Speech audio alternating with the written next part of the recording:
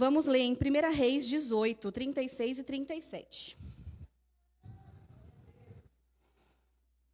Amém.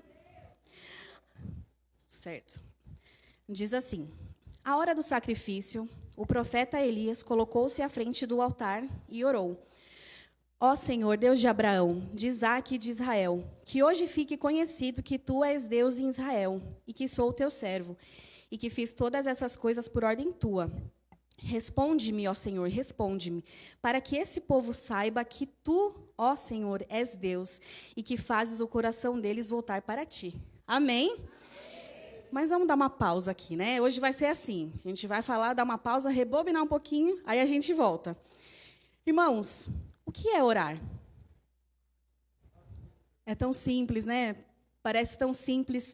Eu peguei uma definição, eu estou aqui no celular e estou espremendo o olho, porque, gente, tenham filhos, sabe? A minha filha sumiu com a lente do meu óculos, e eu não sei onde está, não está em casa, e eu preciso fazer outro óculos. Simplesmente desapareceu.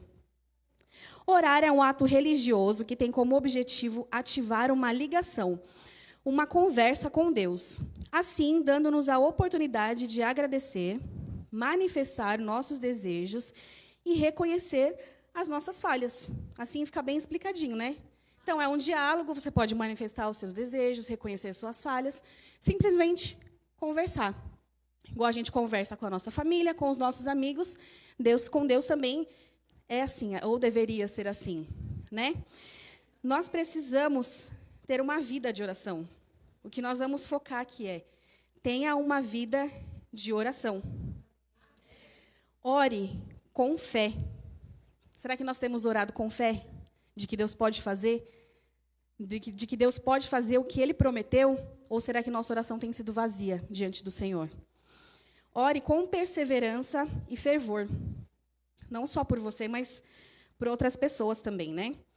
Você já orou por alguém e depois você viu acontecer alguma coisa na vida daquela pessoa por conta da oração que você fez? Alguém já presenciou isso? Não é muito gratificante? Eu vou falar um pouquinho aqui sobre uma oração que fizeram por mim. Mas antes, eu, Vitória, nunca fui uma pessoa que gosta de ser o centro das atenções.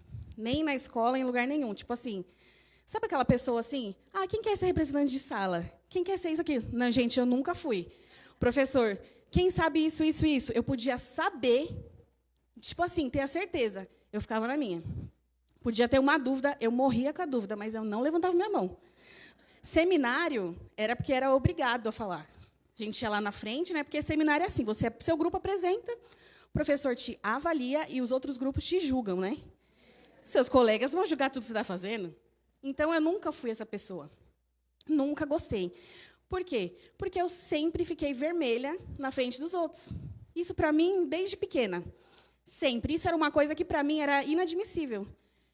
Eu já orei muitos anos por isso, gente. Vocês não têm noção de quanto que eu orei. Senhor, eu não quero ficar vermelha, eu não quero ficar vermelha. Tira isso de mim. Será que é meu espinho na carne? Eu não sei, eu não posso ficar. Isso era algo que me incomodava, assim, num extremo que, para mim, era tipo assim, a derrota da minha vida. Era essa. Você ficar vermelha na frente dos outros. Mas Deus não tirou isso de mim, né? Deu uma melhorada, mas fazer o quê, né, gente? Hoje eu aceito, né? Hoje eu não me importo. Mas eu sempre tive medo de falar em público, essas coisas, por conta disso. Aí fui pregar a primeira vez na vida. Pensa na pessoa que ficou nervosa. Eu vomitei antes de pregar. Pouco tempo antes de entrar. E minha pregação foi tipo assim, um texto. Cego de Jericó, eu não sei, não lembro o que eu falei, não sei se foi muito, se foi pouco, porque também eu não queria ficar folheando a Bíblia, né? Com a pressão, todo mundo te olhando, meu Deus, eu não vou achar o versículo para mudar de palavra. Então, foi isso, gente. E Deus no controle. Aí, mas só que eu gostava muito de ler a palavra, né? De saber, de entender. Até que um dia, eu fui quando nós conhecemos o bispo Josué, na igreja do pastor Márcio, o bispo fez umas perguntas no final, e uma delas era sobre alguém que queria pregar, mas tinha medo ou não entendia a palavra. Isso aí eu levantei a mão. Aquilo eu tremia, levantei a mão tremendo, que eu não sei nem o que ia acontecer. Aí eu fui lá na frente e recebi uma oração muito poderosa. Eu lembro o rosto da pessoa, mas eu não conhecia, né, quem que era. E depois disso, né, Deus foi me usando e eu começava a ler a palavra e eu realmente entendia. Eu não precisava ficar pesquisando, perguntando para alguém, simplesmente eu lia e eu conseguia entender. E aí, quem era essa pessoa? Ela não está aqui hoje, infelizmente. Mas, vendo umas fotos antigas que as pessoas postam daqui, vocês mudaram, gente. Muito, muito, muito. Quem orou por mim foi a presbítera Marlene. Se ela estiver vendo a live, foi uma oração muito poderosa na minha vida. E eu estou falando isso para a senhora ver o fruto. Que a oração, ela tem um poder muito grande. Se eu estou aqui hoje, uma das causas é essa. Amém?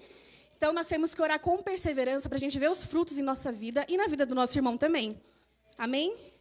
Um dos fatos também que a gente precisa na oração é aceitar a vontade de Deus. Mas isso é fácil? Será que é fácil aceitar a vontade de Deus? Não é. Sabe o que é pior? Às vezes a gente sabe qual é a vontade de Deus, mas a gente ora o contrário também. Porque a gente não sabe, ai, Deus, não pode ser do meu jeito? Não pode ser do jeito que eu planejei, do jeito que eu tracei a minha vida?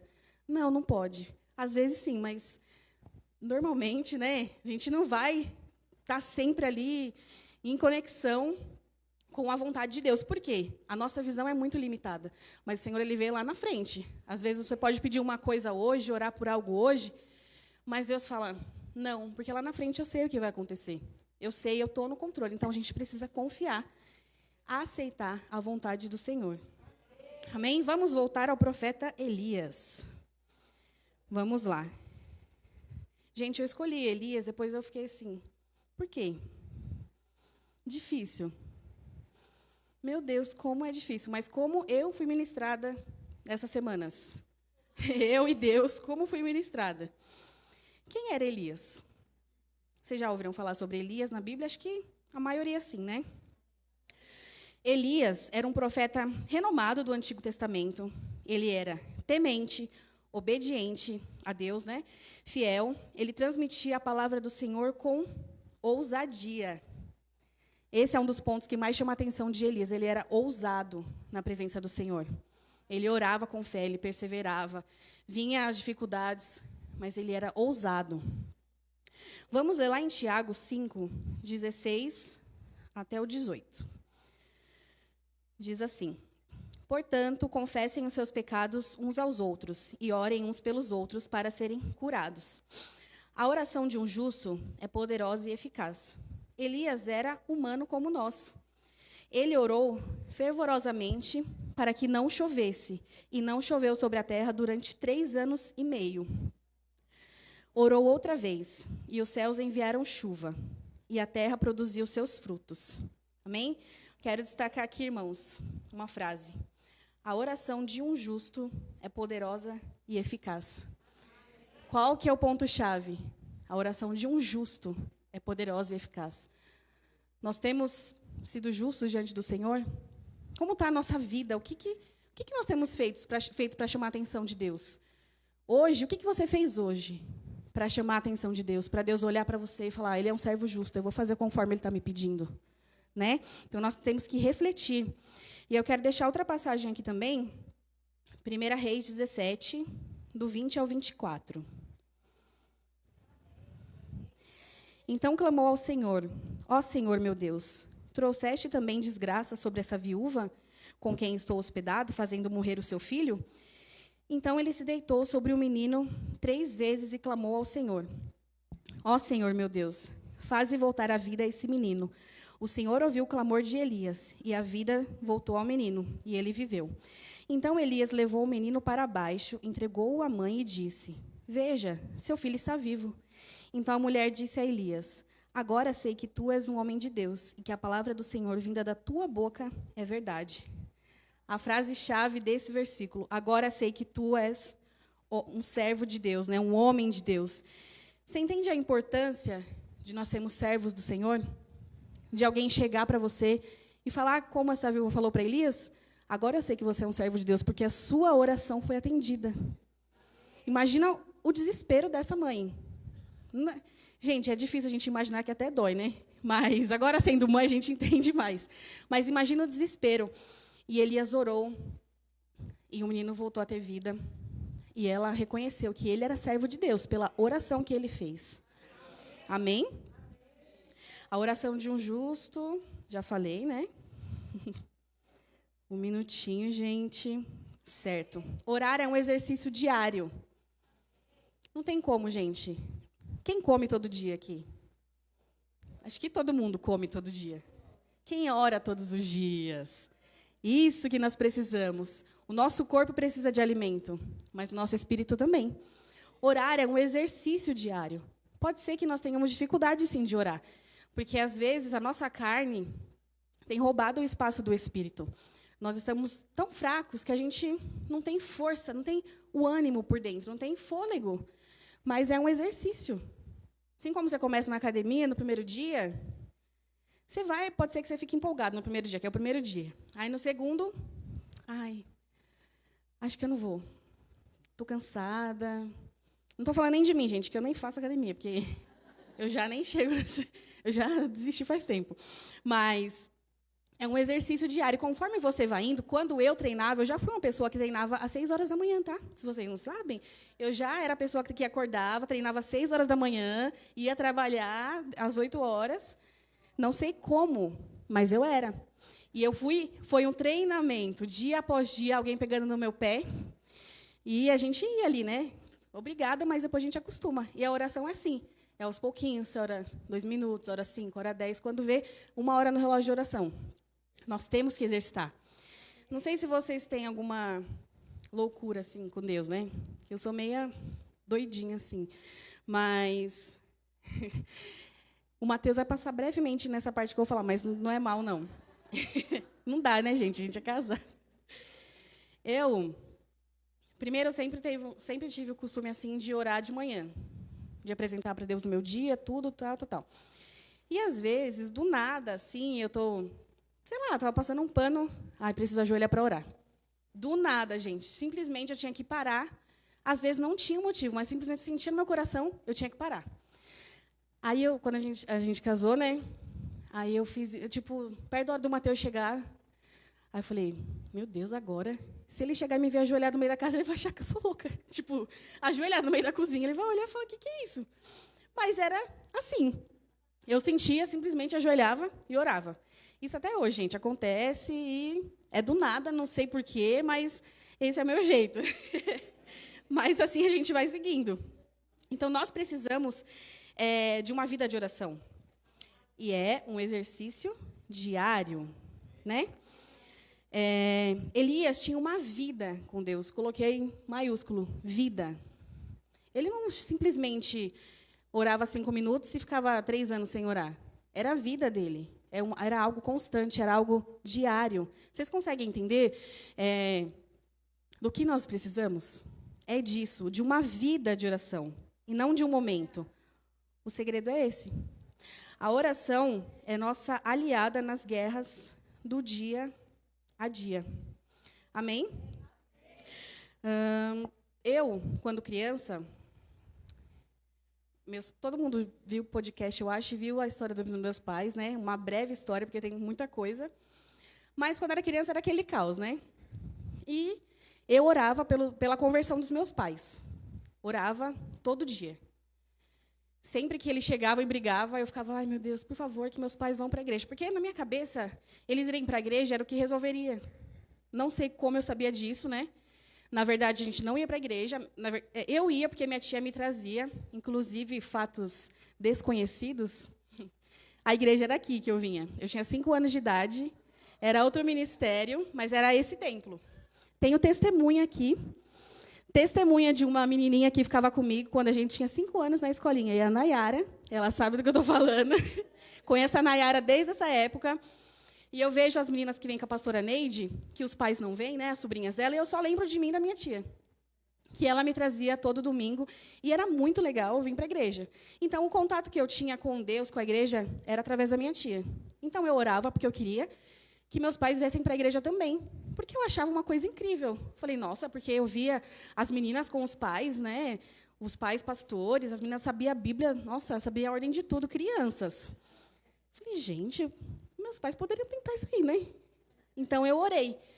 Mas não foi um dia que eu orei. Eu não sei quantos anos eu tinha, mas meus pais se converteram, acho que eu tinha 12. Eu ia para a igreja desde os 5 com a minha tia, né?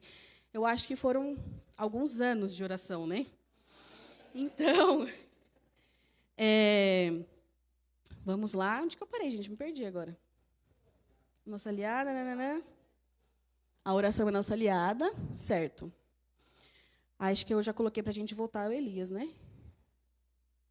Play em Elias no Monte Carmelo. Certo. Gente, Elias, ele foi Olha, ousadia define muito a vida de Elias. Deixa eu ler aqui, 1 Reis 18, 38 e 39. Então, continuando aqui, a gente começou lá no começo, né? Então o fogo do Senhor caiu e queimou completamente o holocausto, a lenha, as pedras e o chão, e também secou totalmente a água da valeta. Gente, secou a água. Quando o povo viu isso, todos caíram prostrados e gritaram: o Senhor é Deus, o Senhor é Deus. Gente, imagina a cara do povo. Nossa, eu leio a Bíblia e fico assim, meu, isso é incrível, como que pode ter isso, gente? Eu falo, Deus, obrigado por ter deixado a Bíblia, porque é demais. Tá, mas como que chegou nisso? Lá, vou resumir, né, porque a gente for ler, vai ser muito texto. Elias, antes disso tudo, profetizou que haveria seca na terra, não sei o quê, não sei o quê. No 3º ano, Deus falou, vai lá, se apresenta a Acabe, porque eu vou mandar chuva. Elias foi, né? Falou para Obadias chamar Acabe, que ele, né? Obadias morrendo de medo. Vou morrer, meu Deus do céu. Depois vocês leiam, gente, que eu falando, você... Leia lá. E aí, olha o desaforo do rei Acabe. Foi um desaforo muito grande. Ele chegou, falou para Elias, é você mesmo, perturbador de Israel? Eu li isso, eu falei, não, está falando isso de Elias, né? Perturbador de Israel. Falou, é você mesmo? Ele, não sou eu perturbador, você que deixou os valores para trás e não sei o quê. E ele falou assim, chama todo o povo, inclusive os profetas de Baal e dos outros deuses lá, que vai acontecer uma coisa. Aí chamaram eles no monte, e Elias chamou o povo todo e falou, tipo assim, nas minhas palavras, gente, por que vocês estão fazendo isso, né? Tem o Deus, mas vocês estão adorando a outro Deus. Vocês ficaram loucos? Tipo, por quê? E o povo fez o quê? Ficou quieto, calado, assim, tipo, meu Deus do céu. Imagina o frio na espinha, levar uma chamada de atenção dessa. Imagina o que eles pensaram. Imagina o tipo, meu Deus do céu, ficou estátua, né? Aí Elias falou, então vamos fazer o seguinte. Vamos fazer sacrifício. O Deus que responder, esse sim é o Deus de verdade. O povo olhou e falou, gostei disso que você está falando, isso é bom. Vamos lá, então. Aí Elias falou para eles como eles deveriam fazer, para pegar o novilho e não queimar, né? E Elias faria a mesma coisa. E eles tinham que clamar, para ver quem responderia. E eles começaram, o profeta de Baal, clamando. Aí, de manhã até meio-dia, aconteceu alguma coisa? Não, nada. Aí, e isso que era Deus da chuva ainda, né? 3 anos e meio, gente. E eles ainda estavam adorando Deus, que era o Deus da chuva, e não tinha chuva. Aí, tá bom, é uma inteligência pura, né? Chegou lá, aí foram Elias provocando eles, né? Acho que vocês têm que gritar mais alto. Ele deve estar dormindo. Ué, não é um Deus? Pode ser que ele esteja meditando. Vai, grita mais. Grita mais, gente. Elias é incrível. Nossa, acho que eu faria a mesma coisa. Grita mais um pouquinho, porque está surdo. Aí eles gritaram. Só que o sacrifício que eles faziam também, eles se cortavam. Devia ser uma coisa meio bizarra. Só que era tudo muito vazio. Cadê a espiritualidade? Não existia. Primeiro que não tinha Deus com poder, né? Era tudo vazio. Não tinha espiritualidade naquilo, né? E aí, Elias... Deixa eu ver aqui onde eu parei. Certo. Os profetas gritavam, se cortavam, mas era algo vazio. A nossa oração ela terá poder quando ela for com fervor, quando ela não for um momento vazio. Da mesma forma que eles estavam ali no momento totalmente sem espiritualidade nenhuma, a gente precisa ter o espiritual na nossa oração. Acreditar, não fazer de um momento vazio. Amém? Gente, Deus respondeu e ele foi glorificado. Deus se manifesta para que todos vejam que o Senhor é Deus, que ele é poderoso. Sabe, gente, imagina, Deus respondeu, né, mandou fogo do céu, queimou o holocausto e secou a água. Se eu jogar água no fogo, o que acontece? Como que... Deus é demais, ele mandou fogo e a água secou. Gente, a água secou. Eu fiquei lendo e falei, a água secou, fogo secou a água. Meu, Deus, ele queria mostrar que ele sim era Deus. Falou, pelo amor de Deus, não. Deus não falou isso, né? Mas tudo bem. Deus é incrível. Incrivelmente incrível. Porque, gente, não tem outro Deus que possa fazer isso. E ele respondeu a oração de Elias. Elias era justo, Elias era fiel. E Elias teve fé. E Deus também respondeu a oração para o nome dele ser glorificado. Não era em vão, gente.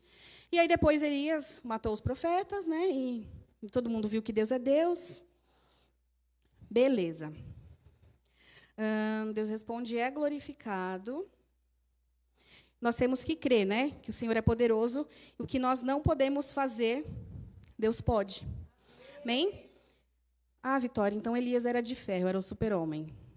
Será que ele era? Vocês acham que ele era? Melhor que nós? Vamos ler. Não, né, queridos? Eu coloquei. Vamos ler 1 Reis 19, do 3 ao 5. Foi depois disso tudo, né? A Jezabel, que era a mulher do rei Acabe, ela era, acho que, incrivelmente insuportável. E ela mandou matar Elias, mandou matar os profetas, e ela gostava de matar. Tudo era matar, né, gente? Nessa época da Bíblia, o povo matava. Que era uma beleza, né? Amém. Eu já perguntei para o bispo era normal? Aí ele me explicou, gente, mas como matava, né? Elias teve medo e fugiu para salvar a vida. Em Berseba, de Judá, ele deixou o seu servo e entrou no deserto. Caminhando um dia, chegou a pé de Giesta, sentou-se debaixo dele e orou, pedindo a morte. Já tive o bastante, Senhor. Tira a minha vida. Não sou melhor do que os meus antepassados. Depois se deitou debaixo da árvore e dormiu. De repente, um anjo tocou nele e disse, levante-se e coma. Amém? Irmãos, para Elias ter pedido a morte, imagina como estava o coração dele. Como ele estava angustiado. Muitas pessoas chegam a pedir isso para Deus. Ou tentam, né, com as próprias mãos. Mas, para uma pessoa ela querer sentir dor, ou ela querer, pedir a morte para Deus, é porque ela está num momento assim de maior tristeza na vida dela. Imagina, alguém te ameaça de morte. O que você faz? Eu me esconderia também, né? Elias se esconde. Meu pai não é muito parâmetro, né, gente? Mas vamos lá. Enfim, Elias não era infalível, ele teve medo, ficou deprimido, era humano como nós. A diferença é que nós não podemos deixar as nossas emoções nos impedirem de ter uma vida de oração com Deus. A nossa emoção não tem a ver com isso, gente. Quem aqui não passa por dificuldade no dia? Quem aqui não chora? Quem aqui não tem problemas, né? Quem não tem? Mas só que as nossas emoções não podem roubar o nosso momento com Deus. Tem que ser algo que não pode ser transformado. Não tem como entrar ali no conflito, sabe? Então, independente de como você estiver, não deixe sua emoção roubar o seu momento com Deus, a sua vida de oração. A maior dificuldade que você estiver passando, entrega nas mãos do Senhor. Amém? E Elias foi honrado. Vamos ler 2 Reis 2, do 11 ao 14. De repente, enquanto caminhavam e conversavam, apareceu um carro de fogo puxado por cavalos de fogo que os separou. E Elias foi levado aos céus no redemoinho. Quando viu isso, Eliseu gritou, meu pai, tu eras como os carros de guerra e cavaleiros de Israel. E, quando já não podia mais vê-lo, Eliseu pegou as próprias vestes e a rasgou ao meio. Depois pegou o manto de Elias, que tinha caído, e voltou para a margem do Jordão. Ele pegou o manto de Elias, bateu nas águas do rio com o manto e perguntou, onde está agora o Senhor, o Deus de Elias? Tendo batido nas águas, elas se dividiram e ele atravessou. Amém? Irmãos, nessa passagem, Elias queria se afastar um pouco, ir para outro lugar, e falava, fica Eliseu. Eliseu, não, eu não vou ficar com você. Porque ele precisava ver o que ele ia ser levado para ele ter o mesmo espírito profético de Elias. Então, Eliseu foi esperto. Não vou te deixar nem um momento, porque ele poderia perder aquela bênção. Já pensou? Gente, e o espírito profético de Elias agora estava em Eliseu. Deu certo. Ele ficou do lado dele, não largou, pegou a capa com a unção de Elias, e o espírito profético dele estava sobre Eliseu. Amém? Deixa eu ver. Vamos lá, gente, está acabando. Certo. Elias. Não, vamos lá. 2 Reis 2,15. Quando os discípulos dos profetas, vindos de Jericó, viram isso, disseram: o espírito profético de Elias repousa sobre Eliseu. Então foram ao seu encontro, prostravam-se diante dele e disseram. Mas eu cortei, né? Então, gente, as pessoas reconheciam que agora o espírito profético de Elias estava também sobre a vida de Eliseu. Ele ia continuar, né? O que Elias começou? Já pensou a vida que Elias tinha para ele ser arrebatado? Para ser levado por Deus, tipo, vou pegar você para mim de volta. Tipo, gente, era uma vida de oração. Ele passou muita coisa, mas ele foi honrado, ele foi arrebatado. Elias era humano como nós. Orou fervorosamente para que não chovesse antes, e não choveu sobre a terra durante 3 anos e meio. Está lá em Tiago. Orou outra vez, e os céus enviaram chuva, e a terra produziu os seus frutos. Não acho que sua oração não pode ser ouvida. Não é porque nós não somos Elias, mas nós podemos ter uma vida de oração como Elias teve. Estamos em outros tempos, em outra época, sim. Mas, às vezes, Elias estava numa época de idolatria lá na parte dos profetas de Baal. Mas ele se manteve firme ao Senhor. Hoje, pode ser que não seja outros deuses que tentam roubar o nosso coração, a nossa vida com Deus. Mas tem muitas outras coisas. Muitas coisas. Às vezes uma amizade, às vezes a escola, às vezes um trabalho, às vezes alguma coisa errada.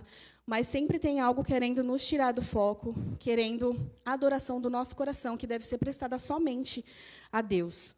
Amém? Pratique diariamente, se alimente diariamente. Deus não desampara os teus servos. Até no momento de maior tristeza de Elias, o Senhor estava com ele, o alimentou, ele teve força, ele continuou até ele cumprir o que ele precisava cumprir, né? Nós passamos por momentos tristes, como eu falei. Vou falar algo agora, não é para vocês ficarem tristes, porque eu já estou bem com isso. É só um fato que eu não queria contar, mas eu vou contar. Tive um dia em 2021, um dia assim, a maior tristeza, que para quem não sabe, eu engravidei, perdi o bebê, só que eu sabia a data prevista do parto. E nesse dia que chegou, deu um estalo assim. Fui ver a data, eu falei, meu Deus, era hoje. Só que não tinha bebê. Eu chorei naquele dia o dia inteiro. Eu fui trabalhar, não era meu plantão, eu não sei porque eu fui trabalhar. Trabalhava com a minha mãe, né? E eu falei, gente, como que eu vou ficar chorando aqui, na frente da minha mãe? Inventei, fui saí. Eu chorei muito aquele dia, como se realmente fosse algo arrancado de mim. Nesse dia eu senti verdadeiramente a dor de ter uma coisa arrancada de mim.